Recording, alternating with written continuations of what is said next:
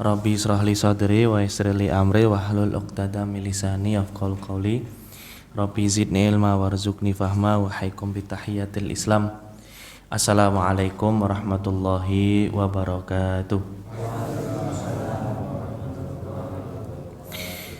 Alhamdulillahi rabbil alamin. Asyhadu an la ilaha illallah wahdahu la syarikalah. Wa asyhadu anna Muhammadan abduhu wa rasuluh al-mab'utsu rahmatan lil alamin. Allahumma shalli ala sayidina Muhammadin wa ala alihi wa ashabihi wa man tabi'ahum bi ihsanin ila yaumiddin amma ba'du. Bapak Ibu jamaah majelis taklim Rebunan yang dirahmati Allah Subhanahu wa taala. Mari kita mengawali pertemuan pada ba'dal maghrib hari ini dengan bersama-sama bersyukur kepada Allah Subhanahu wa taala atas nikmat yang telah Allah berikan kepada kita sampai hari ini, terutama nikmat sehat. Karena nikmat sehat juga termasuk salah satu nikmat yang besar untuk saat ini dan mungkin seterusnya Bapak Ibu. Karena saya kebetulan juga punya teman baru 1 bulan kerja itu langsung seketika Bapak Ibu. Seketika itu dikasih ujian sama Allah, langsung kena kanker. Dan itu baru 1 bulan bekerja. Dan mendadak banget. Jadi ketika awal mula datang itu kondisinya sehat walafiat. Tapi setelah datang itu 1 bulan setelah beliau bekerja di tempat itu, ya mungkin sudah menjadi salah satu takdirnya Allah Subhanahu wa taala. Awalnya mengiranya itu cuma saraf kejepit. Tapi ternyata ketika diperiksa lebih detail itu ternyata ada kankernya dan sudah menjalar ke tulang belakang sumsum di belakang sini. Sehingga kondisinya sekarang cukup mohon maaf maksudnya berbaring di tempat tidur. Mohon doanya semoga segera diberikan kesembuhan sama Allah Subhanahu wa taala. Nah, itu kenapa saya sampaikan termasuk kesehatan itu penting, karena memang semua itu insya Allah kalau dalam kondisi sehat itu tentunya kita melakukan aktivitas apapun itu sangat nyaman Bapak Ibu. Kita sholat juga nyaman, kita baca Quran juga nyaman, kita belajar pun juga nyaman seperti itu. Maka kesehatan yang telah Allah berikan ini kita syukuri untuk senantiasa meningkatkan iman dan takwa kita kepada Allah Subhanahu wa taala. Kemudian Bapak Ibu tidak lupa untuk senantiasa bersolawat kepada Nabi kita, Nabi Muhammad Sallallahu alaihi wasallam.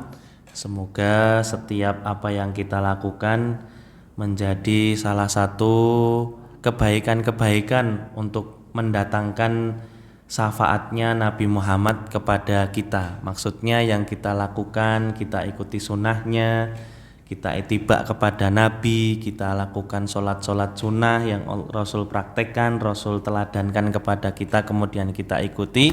Semoga itu menjadi wasilah kita untuk bisa mendapatkan syafaat dari Nabi Muhammad Sallallahu alaihi wasallam. Apalagi dalam waktu dekat juga mau ada Maulid Nabi Mungkin sebagian orang ada yang mau mengadakan ini itu dan sebagainya. Ya paling tidak dengan adanya Maulid Nabi itu kita bisa tahu bahwa lahirnya Nabi, kita semakin cinta kepada Nabi, kita semakin gandrungi Nabi, ibaratnya seperti itu Bapak Ibu. Karena apa sekarang ini saya cukup miris dengan mungkin sedikit sebelum kesini prolog dari saya, sangat miris apa yang kemudian sekarang terjadi di mungkin khususnya di Klaten. Karena kemarin itu sempat mau mengadakan demo gitu terkait dengan laki-laki yang keperempuan-perempuanan Pak. Jadi kalau ibaratnya anak sekarang itu boti itu loh Bapak Ibu. Nah itu sekarang ternyata di Klaten tuh cukup nggak marak sebagaimana di kota-kota besar, tapi cukup memprihatinkan. Dan ini menjadi catatan bagi kita sebagai seorang orang tua. Kalau zaman dulu itu punya anak perempuan itu seolah-olah waspadane luar biasa nggih Bapak Ibu. Tapi sekarang punya anak laki-laki pun juga waspadanya juga harus luar biasa. Karena seperti itu penyakit, dan itu sudah menjadi penyakit yang dilaknat sama Allah Subhanahu wa taala di dalam kisahnya Nabi Lut alaihissalam. Dan itu menjadi salah satu ciri akhir zaman kan ngoten, seorang laki-laki suka dengan laki-laki, perempuan suka dengan perempuan dan lain sebagainya. Itu sempat kemarin sempat ada hal-hal itu gitu nggih yang cukup menjadi hangat-hangatnya perbincangan di kabupaten kita ini seperti itu. Oleh sebab itu Bapak Ibu yang dirahmati Allah Subhanahu wa taala, kenapa kok singgungannya dengan Nabi? Ya karena orang-orang seperti itu nyelewengin Nabi Muhammad sallallahu alaihi wasallam, yang mereka sudah nggak ngerti Nabi sebagian besar, juga mereka nggak mengidolakan Nabi. Jangankan mengidolakan, ngerti aja mungkin boten gitu nggih. Makanya harus senantiasa kita awasi putra-putri kita, cucu-cucu kita, agar ya betul-betul dalam koridor kebaikan Islam yang baik begitu nggih, nggak ada penyimpangan-penyimpangan yang terjadi begitu. Bapak Ibu yang dirahmati Allah Subhanahu wa taala, agar pertemuan pengajian Rebonan pada malam hari ini senantiasa diberkahi oleh Allah Subhanahu wa taala. Mari kita awali bersama dengan membaca lafaz al-basmalah. Bismillahirrahmanirrahim. Bapak Ibu yang saya hormati, yang senantiasa dirahmati Allah Subhanahu wa taala, kita sudah masuk di pertanyaan-pertanyaan yang dilarang ini. Kalau kemarin kita sampai di as-soal wa hukmuhu, pertanyaan-pertanyaan yang diperbolehkan secara syariat. Nah, dan itu mempunyai beberapa derajat atau beberapa tingkatan, mulai dari fardu ain, kemudian fardu kifayah, dan kemudian sampai kepada mandub atau yang disunahkan gitu. Dan sekarang kita sampai di soal manhi anhu, pertanyaan-pertanyaan yang dilarang, pertanyaan-pertanyaan yang dilarang, wa huwa ala darajatin, dan itu mempunyai beberapa derajat, beberapa tingkatan. Di antara tingkatannya yang pertama ini haram, kemudian nanti yang kedua ada makruh, kemudian yang terakhir nanti ada mubah. Nah, yang pertama yang insya Allah kita pelajari pada ba'dal maghrib hari ini yang pertama yaitu derajat yang diharamkan. Pertanyaan yang kalau kemudian ini ayu thimul mukallaf bihi, pertanyaan yang ketika ditanyakan sebagai seorang mukallaf atau orang yang sudah terbebani kewajiban, menjalankan kewajiban, atau orang yang sudah balik, maka yu'thimu, maka berdosa ketika pertanyaan itu ditanyakan sampai kemudian malah justru membuat kesulitan bagi dirinya sendiri, maka itu tidak diperbolehkan. Nah, ini nanti ada tiga poin, 1, 2, kemudian ini yang ketiga. Nah, ada 3 poin. Kemudian Bapak Ibu yang dirahmati Allah Subhanahu wa taala, kita masuk ke wa min dzalika, dan di antara yang diharamkan oleh Allah Subhanahu wa taala itu pertanyaan-pertanyaan yang bagaimana kok sampai kemudian dilarang sama Allah, dilarang sama Rasul juga di dalam penjelasan hadis Arba'in An-Nawawi ini begitu. Maka as-su'alu amma akhfahu Allahu ta'ala an ibadihi wa lam yutali'uhum alaihi.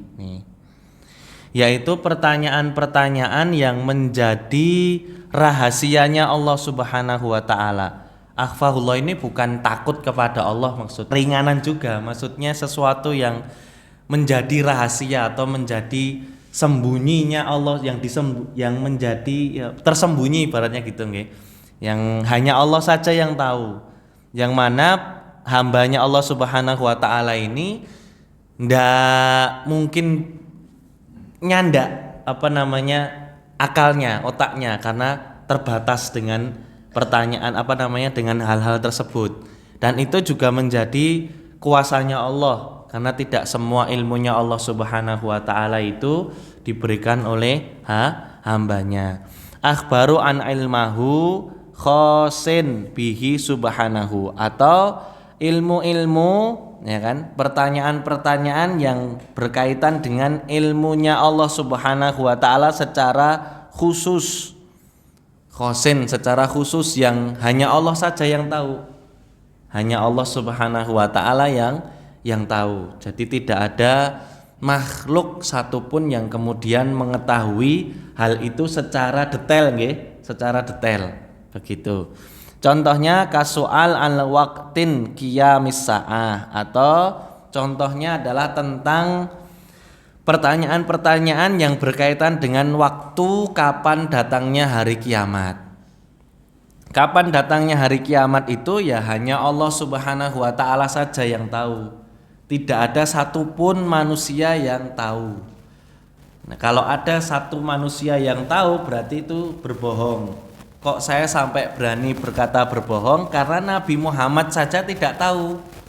Nggih, panjenengan kalau melihat hadis yang dulu pernah kita pelajari di Arba'in An-Nawawi ini yang kedua terkait dengan al-islamu wal imanu wa ihsanu, itu kan ketika malaikat Jibril mimbo jadi manusia, kemudian kan bertanya kepada Nabi, akhbirni anis sa'ah, beritahu aku tentang kapan datangnya hari kiamat. Maka kata Nabi Muhammad SAW, mal mas'ulu anha bi'a'lama minas sa'il, sesungguhnya yang ditanya tidaklah lebih tahu daripada yang bertanya. Artinya Nabi kita Nabi Muhammad SAW pun tidak tahu kapan datangnya hari kiamat. Tetapi kalau ciri-ciri kapan datangnya hari kiamat, baru kemudian Nabi Muhammad SAW di hadis yang selanjutnya itu memberikan keterangan. Berarti tidak ada ulama siapapun, ustadz siapapun, nyun pangapunten, tidak akan mungkin bisa menyebutkan datangnya hari kiamat adalah jam sekian itu tidak ada yang tahu. Itu menjadi rahasianya Allah Subhanahu wa ta'ala. Kalau ada yang tahu berarti itu bukan wahyu dari Allah atau bukan karomah dari Allah, tapi bisikan-bisikan setan. Karena itu hanya Allah saja yang tahu. Maka karena sudah menjadi kerahasiaannya Allah dan itu salah satu hal yang pasti terjadi, ista'iddu, maka bersiap dengan amal ibadah kita. Begitu. Kemudian an haqiqatur ruh wa mahaituha. Juga yang kedua bertanya terkait dengan hakikat ruh dan bentuknya secara mendetail. Walaupun ada sebagian orang yang kemudian menjelaskan tentang ruh, tapi sejatinya ruh yang dijelaskan pun juga tidak sedetail rahasia ilmunya Allah Subhanahu wa ta'ala. Nah, kemudian juga bertanya tentang ansarul qada'i wal qadri, terkait dengan qada' dan qadarnya Allah Subhanahu wa ta'ala. Karena itu menjadi rahasianya Allah, menjadi ilmunya Allah Subhanahu wa ta'ala khosin, kekhususannya Allah Subhanahu wa ta'ala. Dan jangan sampai kemudian kita mengimajinasikan karena bertanya tentang Allah Subhanahu wa ta'ala. Ini yang keempat, bertanya tentang Allah Subhanahu wa ta'ala yang sedemikian detailnya, itu juga nggak nyampe nanti pikiran kita karena terbatas gitu nggih.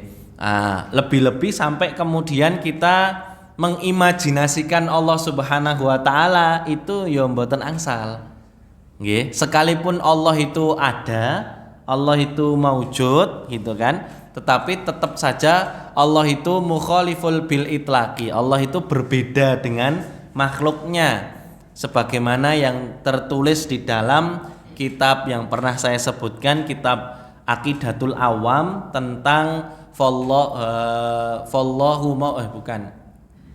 wa ba'du fa'lam bi wujudil ma'rifah. Kalau dari awal, kalau dari pertengahan saya jadi lupa. Abda'u bismillahi wa rahmani wa birrahimi daimil ihsani falhamdulillahil qatimil awali al akhiril baqi bila tahawuli summa sholatu wa salamu sarmada ala nabiyyi khairi qad wahada wa alihi wa sahbihi wa man tabi sabila dinil haqi ghaira mubtadi wa ba'du fa'lam bi wujudil ma'rifah min wajibin lillah aishrini nasifah fallahu mawjudun qadimun baqi mukhalifun lil khalqi bil itlaqi wa qaimun ghani wa wahidun wahi qadir muridun alimun bil kulli syai sami'un basiru wal mutakalimu lahu sifatun sab'atun tantazimu. Nah, itu sifatnya Allah Subhanahu wa taala yang kedah kita yakini. Allah itu ada. Allah itu berdiri sendiri tanpa qiyamu binafsihi. Tidak ada yang kemudian membangkitkan Allah, menciptakan Allah, itu tidak ada. Atau mungkin dulu panjenengan pernah dengar apa itu namanya Pak, yang dulu pernah belajar nazomnya itu loh, saya lupa itu, nyun ngapunten. Nah, gimana? Wujud kita kok dan seterusnya itu. Nah, Bapak Ibu yang dirahmati Allah Subhanahu wa taala, mukhaliful bi itlaqi. Allah itu berbeda dengan hambanya, maka kita tidak boleh bertanya yang berlebihan terkait dengan wujudnya Allah Subhanahu wa taala, lebih-lebih sampai kemudian kita mengimajinasikan Allah itu seperti makhluk. Itu tidak boleh. Tidak boleh Allah itu begini, Allah itu begitu, itu tidak boleh. Kalau nanti bisa bertemu Allah enggak? Ya insya Allah nanti kalau di surga mungkin bisa bertemu Allah Subhanahu wa ta'ala. Wallahu a'lam bishawab. Kemudian Bapak Ibu yang dirahmati Allah Subhanahu wa ta'ala, nih ya, kemudian yang kedua, tadi yang pertama soal-soal yang berkaitan dengan menjadi rahasianya Allah nggih. Contohnya tadi tentang kapan terjadinya hari kiamat, kemudian hakikat ruh dan qada dan qadarnya Allah Subhanahu wa taala. Kemudian yang kedua adalah ini. Soal as-soalu ala wajhil abthi wa ta'nati wal istizai. Ya. Wa ta'atnuti, mohon maaf, wal istizai. Artinya bertanya tentang sesuatu hal yang digunakan untuk bercanda, kemudian mengolok-olok, sampai kemudian berdebat. Nah, tidak boleh kita bertanya kepada seseorang dalam tujuan untuk berdebat, mengolok-olok, kemudian bermain-main, sampai kemudian bercanda, itu tidak diperbolehkan. Begitu, nggih. Sebagaimana yang diriwayatkan oleh Imam Bukhari an Ibnu Abbasin radhiyallahu anhuma dari Ibnu Abbas radhiyallahu anhuma, kana qaumun yas'aluna Rasulullah sallallahu alaihi wasallam istizaan. Dulu ada satu kaum yang bertanya kepada bertanya kepada Nabi Muhammad sallallahu alaihi wasallam dengan istizaan. Istizaan ini bercanda. Dengan bercanda. Fayaqulu rajul, kemudian orang tersebut bertanya kepada Nabi, man abi, bertanya kepada Nabi Muhammad sallallahu alaihi wasallam, man abi, apa ayahku? Siapa ayahku? Tapi nanti di sini itu di mana nggih? Yang kedua terkait dengan makruh. Pertanyaan-pertanyaan yang hukumnya makruh itu hadis ini ada penjelasannya yang lebih panjang seperti itu. Nah, wa yaqulu rajul tadallu naqatihi. Naqatihi artinya unta, Pak. Nah, ada juga yang bertanya kepada Nabi Muhammad SAW tentang kehilangan ontanya. Nah, aina naqati, di mana ontaku? Di mana ontaku? Kemudian fa'anzalallahu hadhil ayah. Kemudian Allah Subhanahu wa taala menurunkan ayat ini, ya ayyuhalladzina amanu la tas'alu an asya'a in tubdalakum tasukum. Nah, di sini terjemahannya, wahai orang-orang yang beriman, janganlah kamu menanyakan kepada nabimu hal-hal yang jika diterangkan kepadamu akan menyusahkanmu. Al-Maidah ayat 101. Ini pertanyaan ini ternyata tidak diperbolehkan, Pak, Bu. Jadi kalau kita misalkan bertanya untuk bercanda, bertanya untuk bermain-main, lebih-lebih sampai kemudian mengolok-olok yang ditanya, maksudnya gurunya itu, maka sebaiknya dihindari. Karena nanti yang di sini ada ini yang keempat, mohon maaf ini yang keempat itu, ini yang keempat gitu nggih, Pak. As-soal anil agholid. Soal agholid ini adalah soal-soal atau pertanyaan-pertanyaan yang rumit, yang sejatinya tidak boleh dilontarkan karena itu justru malah membuat ketidakmanfaatan terhadap agama ini. Gitu. Maka kalau bertanya, sekiranya bertanya yang ada manfaatnya. Ampun ngantos kita bertanya kepada seseorang tersebut hanya untuk ngetes gitu nggih, hanya untuk ngetes. Nanti saya jelaskan di yang keempat ini. Kemudian kebetulan saya punya ringkasan dari materi yang keempat ini yang saya tulis, nanti bisa saya sampaikan insyaallah kalau waktunya mencukupi. Kemudian Bapak Ibu yang dirahmati Allah Subhanahu wa taala, itu yang kedua nggih, kita berusaha untuk tidak bertanya itu kaitannya dengan sesuatu hal yang bermain-main atau sampai berdebat begitu, bahkan sampai kemudian mengolok-olok orang yang ditanya. Seperti itu. Kemudian Bapak Ibu yang dirahmati Allah Subhanahu wa taala, kalau juga panjenengan pengen lebih jelas detail, cuma kedetailannya tidak sedetail di kitab. Ada salah satu buku yang menerjemahkan kitab ini, ditulis percetakannya itu Al-Ittisom ya. Al-Ittisom Al-Wafi itu saya punya terjemahannya, tapi terjemahannya itu secara umum. Artinya tidak terperinci satu kalimat begitu, secara maknawiyah umumnya saja begitu. Makanya kitabnya juga enggak terlalu tebal seperti itu. Nah, Bapak Ibu yang dirahmati Allah Subhanahu wa taala, itu yang ketiga. Jadi yang kedua. Kemudian yang ketiga adalah soalul mukjizat, pertanyaan terkait dengan mukjizat. Loh, kok tidak diperbolehkan gitu nggih? Bukan tidak boleh. Maksudnya kalau bertanya tentang mukjizat ini kalau hanya untuk thalabul khawariqil adati anadan wa ta'nitan.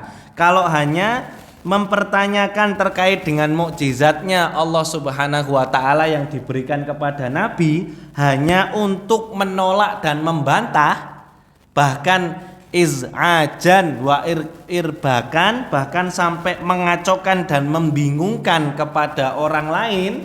Ketika kita bertanya, intinya untuk menolak dan mengacaukan bahkan membingungkan orang lain, itu ndak boleh.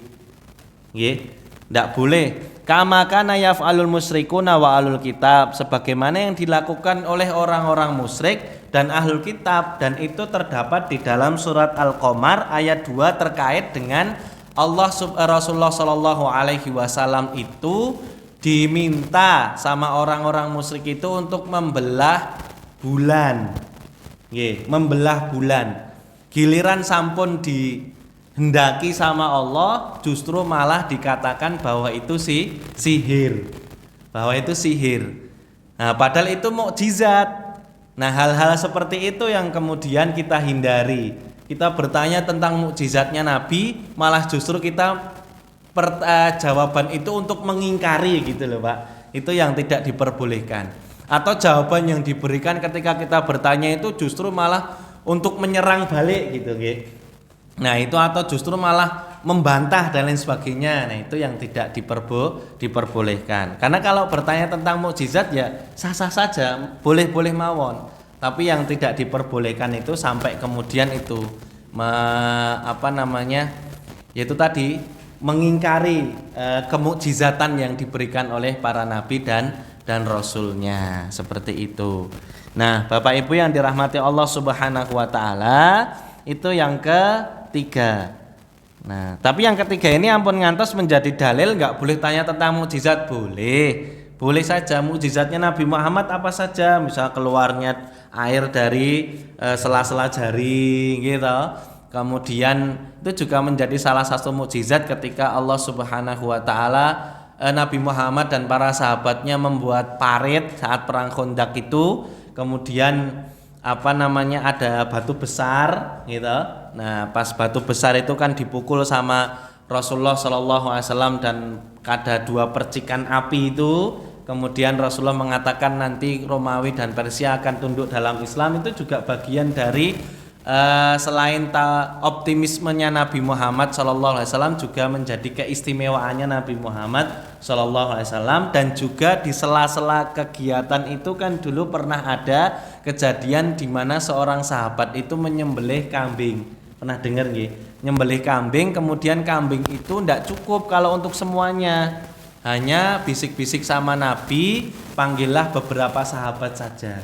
Tapi justru malah Nabi memanggil semuanya. Akhirnya Nabi Muhammad SAW mengambilkan makanan itu satu demi satu, semuanya kebagian dan masih ada sisa. Itu juga salah satu mukjizatnya Nabi Muhammad SAW. Atau hal-hal yang lainnya, Al-Quran dan lain sebagainya.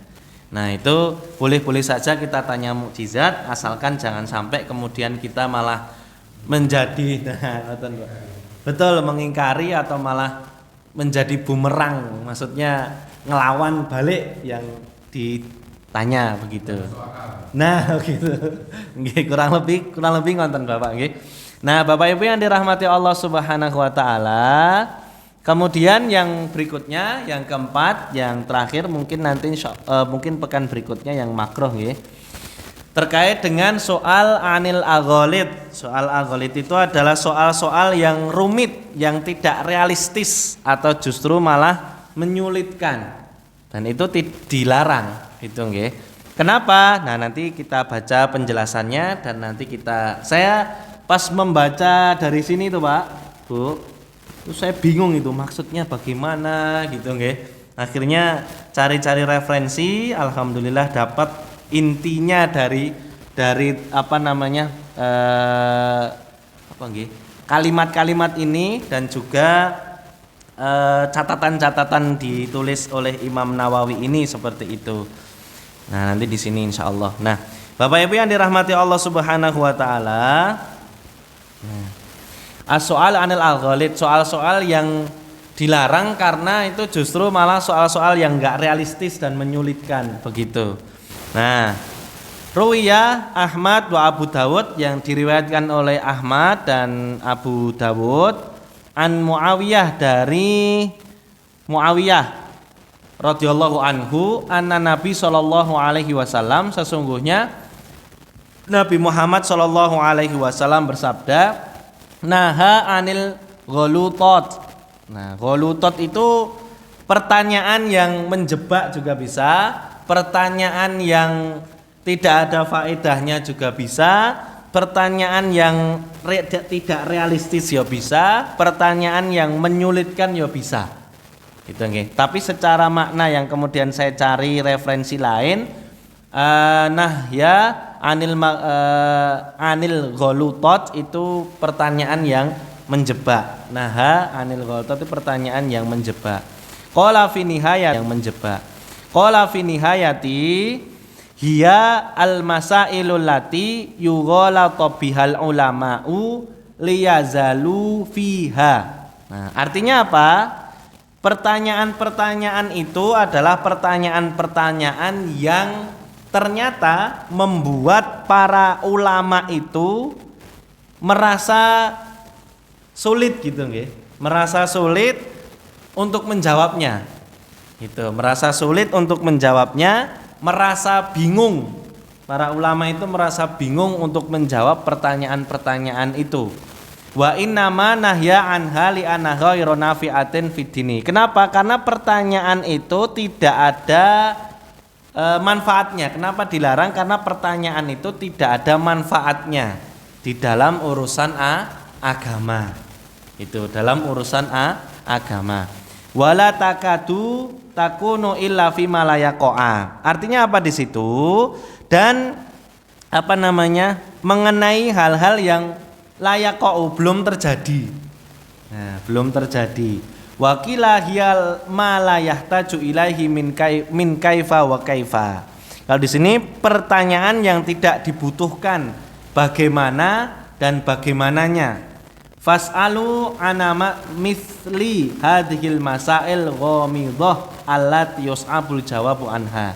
Yang mana pertanyaan itu sangat sulit untuk dijawab. Kalaupun kemudian dijawab itu justru bulet-bulet gitu loh, bahasanya gimana ya? Malah justru memberatkan seperti itu. Wa innama yuqassidu bihal ihraju wa nahwa mamnu'u syar'an. Oleh sebab itu, kalau di sini disampaikan itu, pertanyaan-pertanyaan itu yang dimaksud adalah pertanyaan-pertanyaan yang menyulitkan atau pertanyaan-pertanyaan yang dilarang oleh syariat. Wa huwa alamatu su'uddini wal khuluq. Dan orang-orang yang bertanya terkait dengan hal-hal yang tidak ada manfaatnya secara agama itu, yang justru malah membuat bingung para ulama itu justru menjadi ciri bahwasannya dia tidak baik dari sisi keagamaannya, bahkan dari sisi akhlaknya. Maka kemudian dari sini saya terus lama banget Pak, saya makanya sampai sini itu karena aku masih bingung ini pemaknaannya seperti apa begitu nggih. Maka terus kemudian saya dapat pemaknaan dari beberapa referensi yang kemudian saya ambil yang bermula dari sini, bermula dari sabda Nabi Muhammad Shallallahu Alaihi Wasallam. Orang-orang yang bertanya seperti itu, orang-orang yang bertanya seperti itu, secara dohiriyahnya itu kelihatannya sangat cerdas dan kritis. Oh, bertanyanya masya Allah sesuatu hal yang sangat berat begitu yang sangat sulit sampai orang ustadznya pun mubaliknya pun narat menjawab wangel gitu berat sekali, membingungkan. Kelihatannya secara dohiriyahnya termasuk orang yang cerdas dan kritis, membahas masalah-masalah yang samar dan rumit atau yang disebut dengan al-ghamidah itu Tetapi itu di permukaannya, tetapi di dasar lautnya itu, di dasarnya itu justru menyimpan rahasia yang besar. Apa rahasianya? Rahasianya itu adalah pengen mempermalukan dan menyudutkan lawan bicaranya. Di situ pemaknaannya yang kemudian saya memahami dari pertanyaan yang dari hadis itu yang menjebak itu tadi, menyulitkan itu tadi dan membingungkan itu tadi. Sesungguhnya dari dasarnya dari luarnya kelihatannya kritis, tapi dasarnya itu ternyata hanya pengen satu, mempermalukan dan menyudutkan lawan bicaranya atau yang disebut dengan al-ihraj. Kemudian yang kedua, ajang pamer kepintaran dan superioritas intelektual. Kemudian yang ketiga, hanya ingin mencari panggung perdebatan. Hanya ingin mencari panggung perdebatan. Makanya tujuan utama hanyalah ingin menjatuhkan. Praktek ini secara tegas dilarang oleh mamnu syar'an, dilarang oleh syariat. Makanya kalau kita bertanya ya harus istilahnya ya kemanfaatannya yang ada. Itu nggih. Ampun ngantos kita niat bertanya itu hanya untuk mempermalukan, pengen ngerti janjane kuwi pinter apa ora. Luwih pinter aku apa sing bicara. Nah, itu hal-hal seperti itu ternyata dilarang untuk atau lagi pertanyaan-pertanyaan menjebak dan lain sebagainya. Maka, nah di sini kemudian saya menyimpulkan juga siklus kerusakan ilmu itu ada 4 Bapak Ibu. Yang pertamanya adalah mengajukan pertanyaan pelik untuk mencari celah. Nah, mengajukan pertanyaan pelik untuk mencari celah. Kemudian yang kedua, menyibukkan diri atau al-istighol, menghabiskan waktu murni untuk meneliti dan memikirkan teka-teki yang tidak bermanfaat atau menyibukkan diri. Kemudian yang ketiga, menetapkan atau merumuskan, membangun dalil, maksudnya menetapkan atau merumuskan itu adalah membangun dalil tandingan atau argumen untuk membenarkan masalah fiktif tersebut. Gitu. Kemudian yang keempat, menyerang manusia menggunakan kerumitan yang telah dirumuskan sebagai senjata untuk menjatuhkan lawan atau menguji ahli fikih. Begitu. Nah, dan itu kalau digabungkan menyengaja mencari kerumitan, niat menjatuhkan orang lain termasuk alamatu su'uddini wal khuluq, termasuk orang yang rusak dari sisi keagamaannya dan akhlaknya. Dan perlu digarisbawahi Bapak Ibu, nek ngono berarti ra oleh bertanya boleh. Ini kan kaitannya dengan niat. Kalau panjenengan berniat hal seperti ini ya jangan sampai dilontarkan begitu nggih. Sekalipun kemudian kok kayak mau balike misalnya saya kok koyone rada bodoh, luwih pinter aku dan sebagainya, dalam rangka menjaga kebaikan bersama ya sebaiknya tidak diutarakan dan lain sebagainya.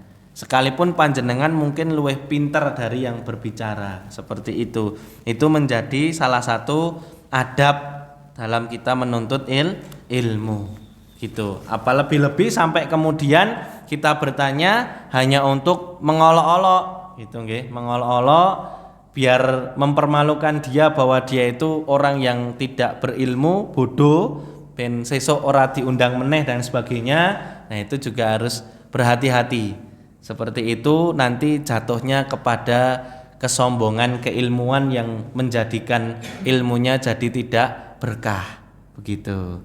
Nah, Bapak Ibu yang dirahmati Allah Subhanahu wa taala, kemudian yang selanjutnya adalah wa mislus su'al an hadil masail istighalu biha wal bahthu anha wa tuqarriruha. Contoh dari pertanyaan tersebut, contoh dari pertanyaan ini adalah istighalu biha wal bahthu an takririha wa ilqauha, yaitu yang menjadi contohnya itu adalah seseorang ketika dia mengajukan pertanyaan hanya untuk mengolok-olok. Hanya untuk mengolok-olok, kemudian juga hanya untuk menyibukkan, ya kan? Hanya untuk menyibukkan. Dan kemudian juga apa yang dia dapat itu justru nantinya wa ilqauha 'alan nas, disebarkan ke orang lain menjadi dalil untuk merendahkan orang tersebut.